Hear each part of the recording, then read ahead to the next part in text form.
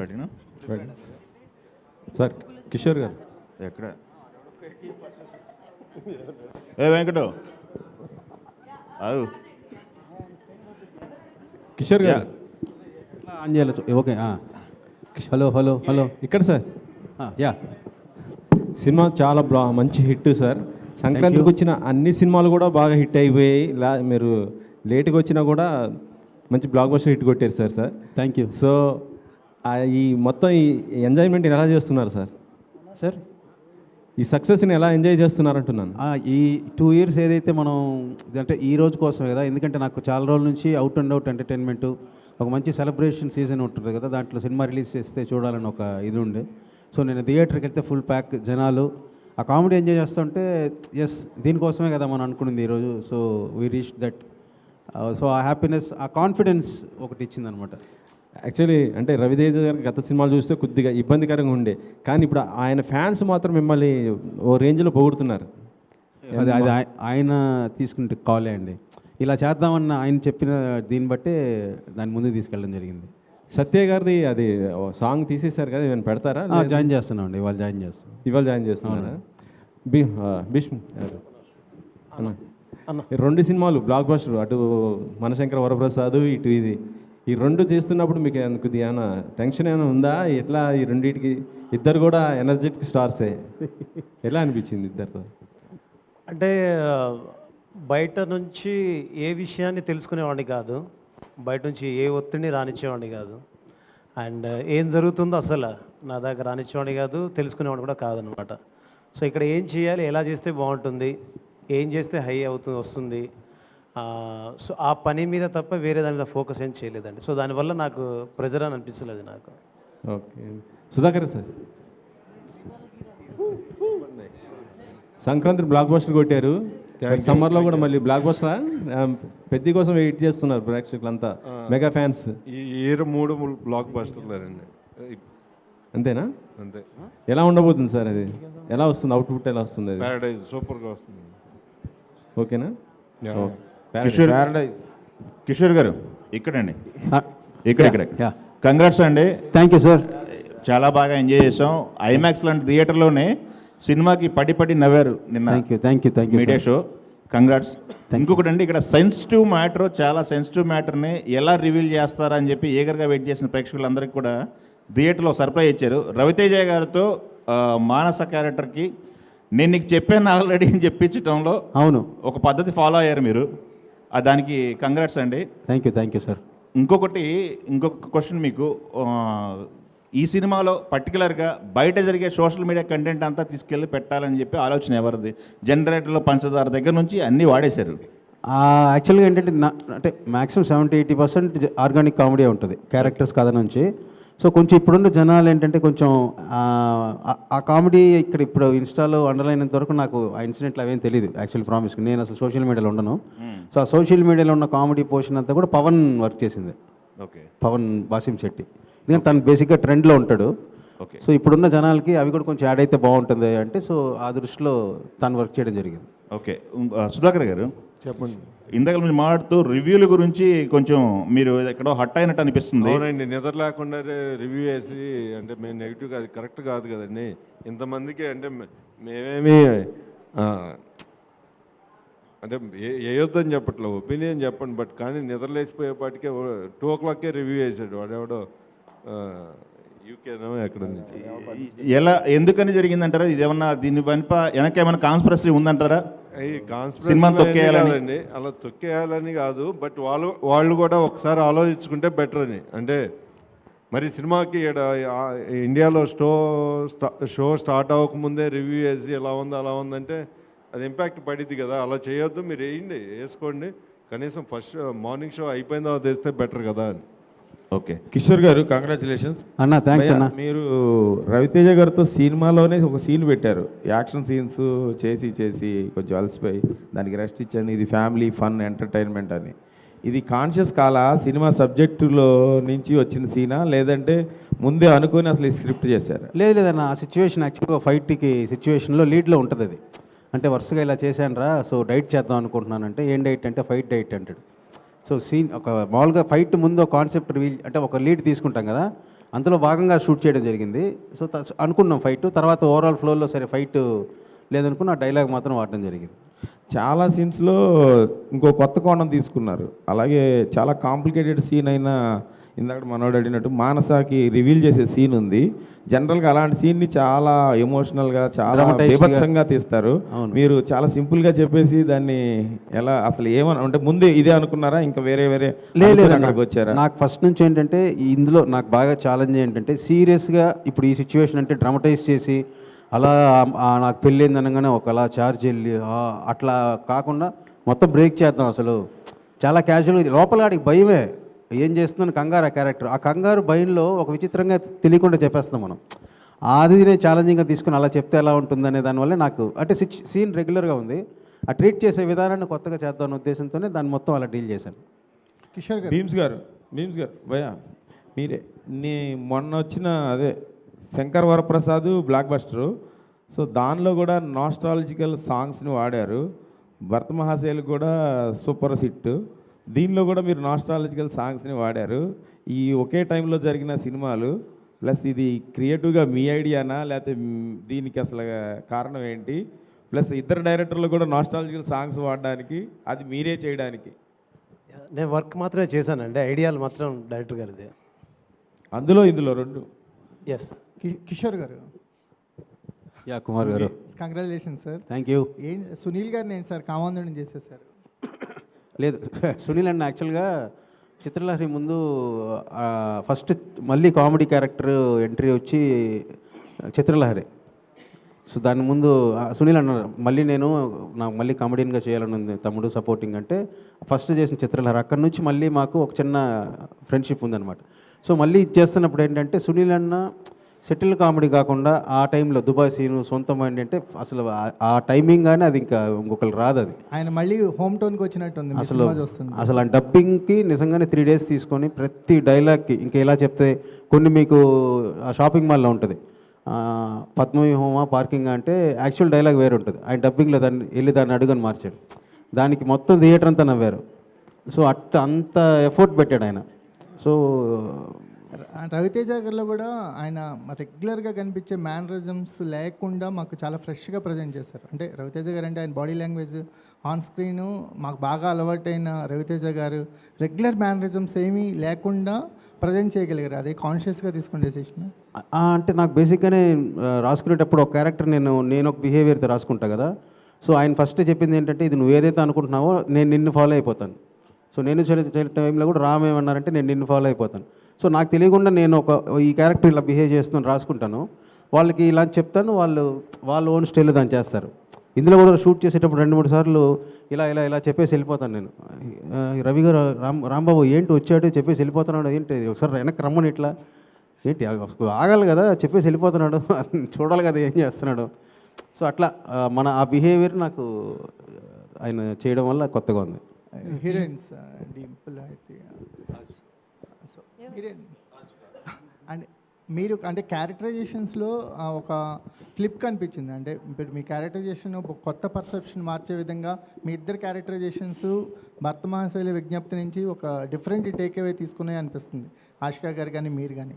So complete modern girl approach, complete family approach చూసాం. ఎలాంటి response అందుతుంది అంటే చేసేటప్పుడు మీకు ఎలాంటి ఎక్స్పెక్టేషన్స్ ఉన్నాయి ఈ క్యారెక్టర్ మీద? ఇద్దరు చెప్పచ్చు. సో మీరు అన్నట్టే వేరియేషన్ కనపడింది ఇందాక సార్ చెప్పినట్టే. సో ఆవిడికి కానీ నాకు కానీ నేను ఇంతకుముందు ఆల్రెడీ గ్లామ్ రోల్ చేశాను. వాట్ షీ ప్లేడ్ ఆల్సో ఇలా యునో బికినీ కానీ లేకపోతే టిపికలీ గ్లామ్ రోల్ బాసీగా కనపడటం ఆల్రెడీ నేను చేశాను. అండ్ రవితేజ గారి పక్కన కిషోర్ గారు ఫస్ట్ ఇలా చెప్పినప్పుడు ఇట్ వాజ్ సేమ్, డిఫరెంట్గా ఉంటుంది, డిఫరెంట్ పర్సెప్షన్ ఉంటుంది, లెట్స్ ట్రై అనుకున్నప్పుడు నాకు ఎక్సైటింగ్గా అనిపించింది. And that is what is shown today.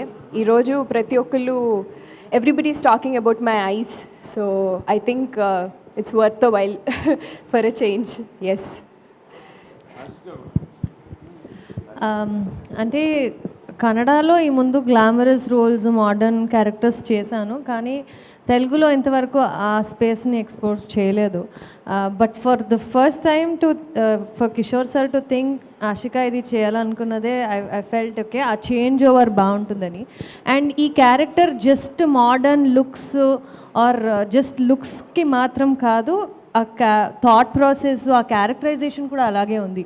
అంటే ఆ రెబెల్గా ఉండడం, ద క్యారెక్టర్ బిల్డప్, ఇది ఏం చేస్తుంది అనే, అంటే హీరోకి ఏం చేస్తుంది అనే సిచ్యువేషన్కి ఆ ముందు ఉన్న అంటే ఆ బిల్డప్ ఏముంది ఈ క్యారెక్టర్కి, సత్యతో ఉన్న అంటే కాంబినేషన్, అవన్నీ ఐ థింక్ ఐ ఫీల్ అంటే ఇలాంటి క్యారెక్టర్స్ చాలా ట్రిక్కీగా ఉంటుంది to crack these kind of characters. Usually wife కానీ హస్బెండ్ కానీ it will be a typical characterization how they do, but ఈ క్యారెక్టర్ని చాలా స్వీట్గానే చూపించి తర్వాత ఇది ఎలా రియాక్ట్ అవుతుంది, ఎలా రెబెల్ అవుతుంది అనేది ఆ కాంట్రాస్ట్ ఉంది కదా, that is something was very different.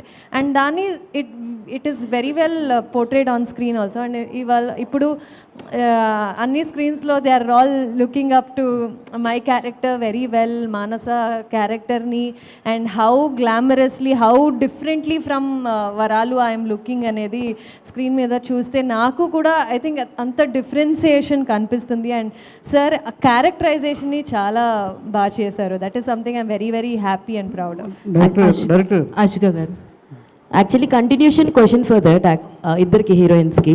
So after మొత్తం సినిమా అంతా చూసిన తర్వాత are you satisfied with your screen presence? ఇద్దరికి ఈక్వల్గా ఉందనిపించిందా ఆఫ్టర్ చూసిన తర్వాత? చేసినప్పుడు ఏమనుకున్నారు after watching the movie? What you feel actually?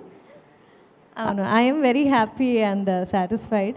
అంటే ఇలాంటి ఒక పెద్ద కాస్ట్ ఉన్నప్పుడు, అంటే there are so many comedian characters and supporting characters, కానీ when it comes to the three of us, మనకున్న ఎస్పెషల్లీ నాకున్న ఫ్రమ్ ద వెరీ బిగినింగ్ సత్యతో ఉన్న సీన్స్, ఈ క్యారెక్టర్ ఎస్టాబ్లిష్మెంట్కి ఇదేం చేస్తుందని, క్యారెక్టర్ బిల్డప్కి, తర్వాత once she's back in Hyderabad also there are few scenes with Ravi sir which shows the potential for the performer in me. So I think throughout carry chestadi characters. So I'm very very happy with the way this role is being portrayed to what I was offered as well. Dimple గారు మీరేం చెప్తారు? Actually screen మేము చూస్తున్నంతసేపు ఆ serial songs episode ఏదైతే ఉందో మేము చాలా హిలేరియస్గా enjoy చేసాం. డిడ్ యూ ఫీల్ దట్ నేను కూడా అందులో పార్ట్ అయి ఉంటే బాగుండు అని మీకేమైనా అనిపించిందా? See, as an actor, through the film ఉండాలని అందరికీ అనిపిస్తుంది. మనలో ఒక సెల్ఫిష్నెస్ వస్తుంది. So that will be any which dead. But నా రోల్ నాకు ఎందుకు చాలా స్పెషల్ అంటే the whole title runs on her. అంటే ఎంతసేపు hero garu the husband Balamani ఉంది the story runs around her. So I like the hype that is given, that is through the film. So అది నాకు చాలా నచ్చింది. ఆ స్పెషల్ ఇంపాక్ట్ నాకు చాలా నచ్చింది. అండ్ బాలమణికి భయపడుతూ ఉంటారని చెప్పడం, అంటే దట్ కైండ్ ఆఫ్ ఇండిపెండెన్స్ ఆ క్యారెక్టర్కి ఇవ్వడం నాకు చాలా నచ్చింది. So there is a difference, there is a different perspective తనకి. అంటే జనరలీ వైఫ్ అనగానే యూనో టిపికల్గా ఇంట్లో కూర్చుని టిపికల్ రోల్ అని అనుకుంటారు. But I think this makes some difference. Yes, super, congratulations. And Kishore garu, sir actually I will say very huge thank you from my side. ఎందుకంటే I have connected for many scenes అండి, పర్టికులర్గా Bhimavaram Padmalaya theatre కావచ్చు, and ఆ serial songs కావచ్చు. And ఒక thing ఏంటంటే మెట్టెల సావడి పాట కూడా పెట్టేసి ఉంటే బాగుండు అనిపించింది సార్. మన దగ్గర రైట్స్ లేవండి అవి. All the very best. Thank you. Ashika గారు, మానస క్యారెక్టర్లో so what ever the attitude you show చాలా సూపర్బ్. డింపుల్ గారు కూడా బాలమణి క్యారెక్టర్లో సో ఇద్దరికి ఇచ్చిన దానికి 100% న్యాయం చేశారు. అండ్ రవితేజ గారి ఎనర్జీకి మ్యాచ్ చేయడం అంటే అది చాలా కష్టం అని కూడా అర్థమవుతుంది. ఎందుకంటే ఆయన ఒక స్టెప్ వేశారంటే అందులో ఆ వేవ్ కానీ ఆ స్వాగ్ కానీ అది చాలా బాగుంటుంది. సో ఎనర్జీ మ్యాచ్ చేయగలుగుదామా అని అనిపించిందా? అండ్ ఆయనతో పాటు డ్యాన్స్ చేసినప్పుడు అసలు వాట్ ఎవర్ యూ ఫీల్? చాలా కష్టం అండి. అంటే సార్కున్న ఎక్స్పీరియన్స్ అండ్ సార్కున్న ఈజ్ కంఫర్ట్ ఇలాంటి మాస్ సాంగ్స్కైనా or throughout to carry the role, అంటే I had to put extra effort for sure. నేను చాలా సటిల్గానే ఉంటాను, బట్ విత్ హిమ్ అంటే టు మ్యాచ్ డెఫినెట్లీ అది ఎక్స్ట్రా పెట్టాల్సిందే. Sir energy it is unmatchable. And నేను అప్పుడు చూసినప్పుడు కూడా ఓకే బాగా చేస్తున్నారే అనిపిస్తుంది, బట్ ఆన్ స్క్రీన్ ఇప్పుడు కూడా I message him in the morning also. అంటే when I saw especially serial సాంగ్ని, ఈవెన్ దో నేను ఉన్నాను ఆ సాంగ్లో, కానీ నేను సార్నే చూస్తున్నాను ద హోల్ టైం. అంటే ఆ ఎనర్జీ ఏముందో like definitely not able to go to any other no artist there, it is just him. అంటే అందరూ డాన్సర్స్ ఉన్నారు, all girls are like there in the song, but sir ఒక్కరినే చూడాలంటే ఆ energy that is a different vibe, and it's only Ravi Teja sir. So Gaddalakonda గణేష్లో ఒక్క సాంగ్తోనే మీకు మీ డాన్స్కి చాలా మంది ఫ్యాన్స్ అయి ఉన్నారు. సో సేమ్ క్వశ్చన్, సో మీరు ఎలా మ్యాచ్ చేయగలిగారు? సో ఏమనిపించింది రవితేజ గారితో మీరు స్క్రీన్ ప్రెజెన్స్? రవితేజ గారితో I think this is my second film, and ఆయన ఎనర్జీ నేను ఫస్ట్ నుంచి చూస్తున్నాను. And like you said songs నాకు చాలా లక్కీ, నా కెరియర్లో మంచి పాటలు పడ్డాయి నాకు, and there are viral songs already. So beat Khiladi, beat Gaddalakonda Ganesh, or beat భర్తమాసేల్ విజ్ఞప్తి, మంచి పాటలు. అండ్ ఆయన energy every song has a different vibe. So అది అలా వర్క్ చేయడం చాలా లక్కీ. అండ్ డెఫినెట్లీ ఆయన ఎనర్జీ అందరికీ తెలిసిందే, and it's unanimously magnanimous. So yeah, డెఫినెట్గా మ్యాచ్ చేయడం చాలా కష్టం, అంతే. Congratulation. Kishore garu, sir 15 years journey. Yes sir. ఈ సినిమా ముందు వరకు ఉన్న కిషోర్ గారు ఒకటి, ఈ సినిమాతో జనాలకు తెలిసిన కిషోర్ ఇంకోటి. ఏంటి ఈ డిఫరెన్స్ ఏంటి? ఎందుకు ఈ సినిమాకి అంత అగ్రెసివ్గా మీరు అగ్రెసివ్ పార్ట్ తీసుకోవాల్సి వచ్చిందా? ఎందుకు తీసుకున్నారు? ఏంటి అసలు? అంటే హార్ట్ఫుల్గానే అలా అనిపించింది నాకు. అంటే నేను అంత ఎంజాయ్ చేశాను స్క్రిప్ట్ కానీ, ఇప్పుడు థియేటర్లో కూడా చూస్తుంటే నాకు ఇప్పుడు దాకా ఏంటంటే ఒక లిమిటేషన్ ఉండేది కదా ఈ సినిమా, నాకు ఒక ఇమేజ్ కానీ. నేను అవుట్ అండ్ అవుట్ ఎంటర్టైనరు, ఇంతమంది యాక్టర్స్ని పెట్టుకొని commercial full fun cinema Kishore చేయగలడు అనేది ప్రూవ్ చేసుకోవాలి కదా. సో అందుకని నేను ఏంటంటే ఫుల్ అండ్ ఫుల్ నేను ఆ టార్గెట్ రీచ్ అవ్వడం కోసం అన్ని ఆస్పెక్ట్స్లోనూ యాక్టివ్గా ఉన్నానండి. సుధాకర్ గారు సార్, ఈ సినిమా ముందు వచ్చిన రవితేజ గారి సినిమాలు అంత ఇదిగా లేవు, బట్ ఈ సినిమాకి మీరు పెట్టిన ఆ బడ్జెట్కి ఇప్పుడు వచ్చిన రెస్పాన్స్కి ఎలా బ్రేక్ ఈవెన్ ఎన్ని రోజులు వచ్చిందా, రాబోతుందా, ఎలా అసలు? మా ఫ్యామిలీ సేఫ్ అంటారు, మా ప్రభాస్ మళ్ళా సేఫ్ అండి. అంటే సండే కల్లా నాకు తెలిసి బయర్స్ అందరూ బ్రేక్ ఈవెన్ అయిపోతారు సండే వరకు. కిషోర్ భయ్య, మీరు ఈ ఫోక్ సాంగ్ పెట్టే ఆలోచన ఎవరిది? ఆ సాంగ్ని ఎందుకు సెలెక్ట్ చేసుకున్నారు? సీరియల్ సాంగ్ అన్న కాదు, వామోవాయో. రెండోది పబ్బులో కార్తీక దీపం పెట్టామనే ఆలోచన. వామోవాయో అవుట్ అండ్ అవుట్ భీమ్సన్. ఎందుకంటే ఆల్రెడీ హీరో గారితో చాలా సినిమాలు ట్రావెల్ అయ్యారు కాబట్టి వాళ్ళు కొన్ని సాంగ్స్ బాగున్నాయి అంటే దాని పర్టికులర్గా మన సిచ్యువేషన్ వచ్చినప్పుడు మనం దాన్ని కరెక్ట్గా యూటిలైజ్ చేద్దాం అనుకొని, సో వాళ్ళు ఆల్రెడీ ఉన్న సాంగ్ అది స్వాతిరెడ్డి గారిది.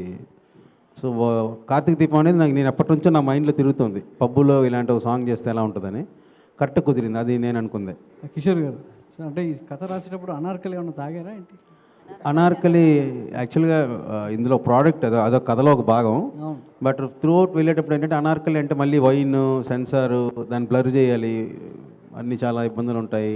సో అది కాకుండా ఫ్యామిలీ సినిమా చేస్తున్నప్పుడు అలాంటి టైటిల్ మళ్ళీ థ్రిల్లర్ కింద వేరే షేడ్స్లో వెళ్ళిపోద్ది. సో అప్పుడు పవన్ సజెస్ట్ చేసినప్పుడు ఇది చాలా బాగుందని దీనికి వెళ్ళిపోయాను. ఇంకో పాయింట్ ఏంటంటే అనార్కలి అసలు తయారు చేయలేదండి, ఊరికి పేపర్ మీదే. అదే పేపర్ మీద తయారు చేశారు కదా, అంతే. సూపర్. సరే, ఇంకోటి సునీల్ గారిది ఒక రివైండింగ్ షాట్ ఉంటుంది. ఏదండి? Rewind shot engineering. అవును, చాలా హిలేరియస్గా ఉంది, చాలా కొత్తగా ఉంది. ఆ థాట్ జనరేట్ అయ్యాక అంటే మీరు మ్యాచ్ నుంచి రిఫరెన్స్ ఏమైనా ఉంటుందా, లేకపోతే మీరు క్రికెట్ మ్యాచ్ నుంచి రిఫరెన్స్ తీసుకున్నారా? మీ థాట్ అలా ఎలా జనరేట్ అయ్యింది? లేదు, బేసిక్గా నేను అది వేరే సినిమా నేను అసిస్టెంట్గా వర్క్ చేసేటప్పుడు ఒక పర్సన్ చూశాను. అది అంటే కరెక్ట్గా వాళ్ళ లుక్స్ వాళ్ళ మధ్య ఉన్నది మనకి మేము చుట్టూ ఉన్న మిగతా ముగ్గురు తెలిసిపోయింది, మేము సెన్స్ చేయగలిగాం ఆ బాడీ లాంగ్వేజ్ వల్ల. సో అది ఎప్పటి నుంచో నాకు చిన్నగా ఇష్టం అనమాట, నవ్వు అది. సో దాన్ని కరెక్ట్గా సునీల్ అనే క్యారెక్టర్లో కూర్చుంది. సో క్రికెట్ కమెంటరీ అనేది రాసేటప్పుడు దాన్ని ఇలాంటి సౌండ్తో డెలివరీ చేస్తే బాగుంటుందని యాడ్ అయింది. పేనా అనేది చాలా వరకు అంటే సినిమా చూసిన వాళ్ళందరూ బయటకు వచ్చినాక స్పెయినే ఉంటుంది, ఇంకా పెయినే బెటర్ అని కొంతమంది, పెయిన్ వద్దు స్పెయిన్కి వెళ్తే బాగుంటుంది అని కొంతమంది అలా కామెంట్లు వినిపిస్తున్నాయి. అంటే అంత కనెక్ట్ అయ్యారు ఆ వర్డ్స్కి, స్పెయిన్ పెయిన్ అనేది దానికి. సో దాని గురించి చెప్తారు. అది ఇప్పుడు స్పెయిన్ అనేది ఇప్పుడు మనకి కథలోనే ఇప్పుడు మానస్ అనే క్యారెక్టర్ స్పెయిన్ అనేది మీన్ చేసాం. సో ఆ క్యారెక్టర్ ఇచ్చే వర్డ్ ఏంటంటే పెయిన్ అని, అది ఇమీడియట్గా వచ్చింది అదే తెలియకుండా, పెయినా అనేది. కిషోర్ గారు, చాలామంది డైరెక్టర్స్ తమ ఓన్గా ఫేస్ చేసిన ప్రాబ్లమ్స్ని సబ్జెక్ట్స్గా మలుస్తుంటారు. మరి ఈ సినిమా లైన్ మీరేమన్నా ఫేస్ చేశారా? మెయిన్ లైన్ ఏం ఫేస్ చేయలేదండి ప్రస్తుతం ఆయన ఓన్లీ సుధాకర్ గారు సార్, ఇప్పుడు జనరల్గా ఆడియన్స్ థియేటర్స్ రావడం చాలా కష్టంగా ఉంది. ఈ టైంలో టికెట్ రేట్ హైక్ చేయడం అనేది మీకు ఎంతవరకు ప్లస్ అయిందా మైనస్ అయిందా? అంటే ఇబ్బంది ఉంటుందండి, బట్ కాంపిటీషన్లో వచ్చి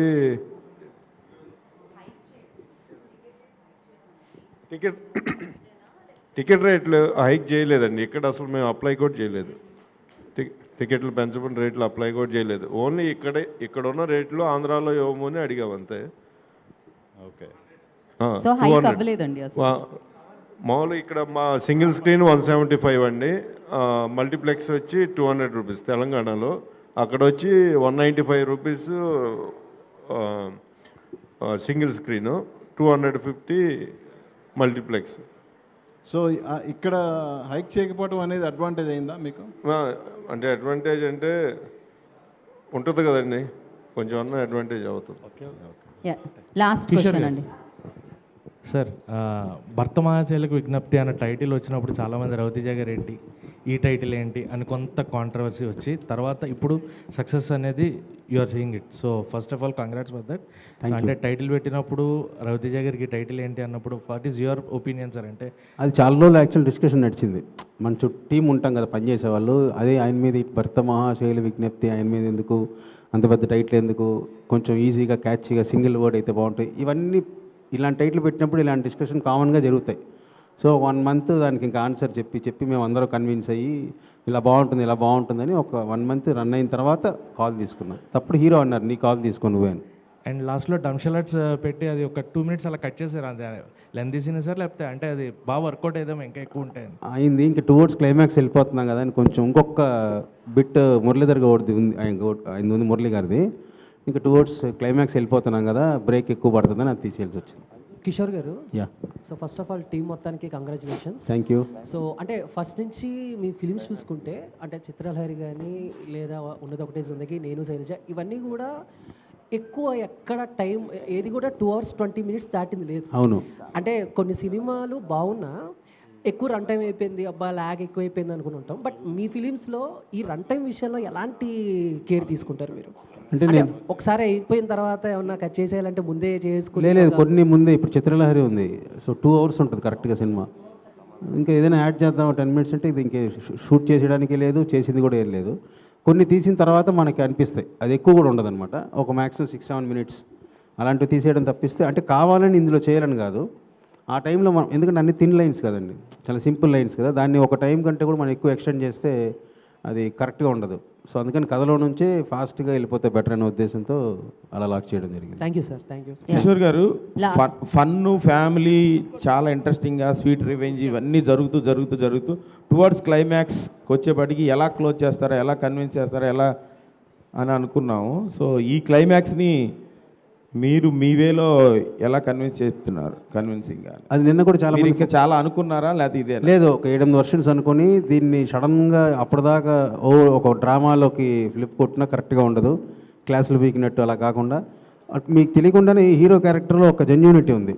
సో ఎక్కడ ఈ అమ్మాయికి తెలిస్తే బాధపడుతుంది, ఎక్కడ ఆ అమ్మాయి తెలిస్తే బాధపడుతుంది, పాపం తన అడ్వాంటేజ్ తీసుకోలేదు, అది ఇన్నోసెన్స్ ఉంది కదా. సో ఆ ఇన్నోసెన్స్తోనే మనం హ్యూమరస్గా ప్లే చేద్దాం, హ్యాపీగా వెళ్తాం, వెళ్ళేటప్పుడు హ్యాపీ ఒక చిన్న స్మైల్తో వెళ్తే బాగుంటుందనే ఉద్దేశంతో అలా డీల్ చేశానన్న. Kishore sir, Kishore sir so మీ సినిమాల్లో కంప్లీట్గా ఆన్ పాయింట్ డీసెంట్ వేలో ఉంటాయి ప్రతి సినిమా, బట్ ఇందులో ఇంతమంది స్టార్ కమెడియన్స్ని తీసుకోవడం, what did you take the Liberty to, అంటే అంత కామెడీ జనరేట్ చేయడం we didn't expect in your filmography.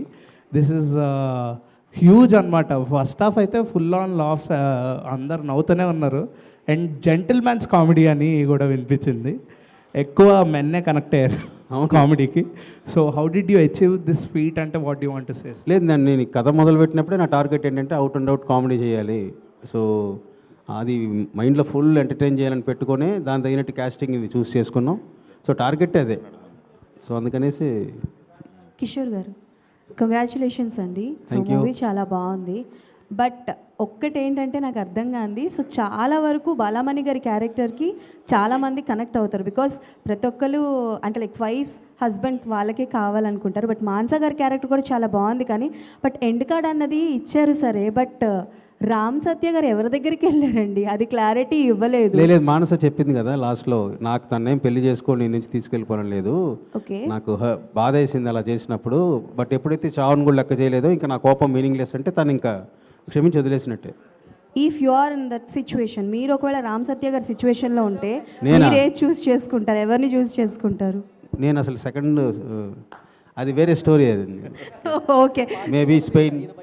అంజలి చందూని అడగాల్సింది అలాంటి ప్రశ్నలు ఏమన్నా. ఓకే వెళ్ళిపోయి. Kishore garu last question.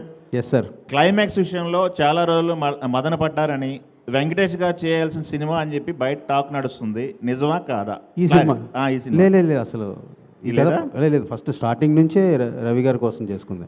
వెంకటేష్ గారితో ఆడాలి మీ జోహార్లు చేయాల్సింది. Okay okay, thank you. Thank you so much media for your questions. హ్యాపీగా ఎంజాయ్ చేయండి భోగిని, సంక్రాంతిని, అండ్ అలాగే భర్త మహాశయులకు విజ్ఞప్తిని. థ్యాంక్ యూ సో మచ్ ఈ సినిమా ఇచ్చినందుకు. Once again congratulations. And today's event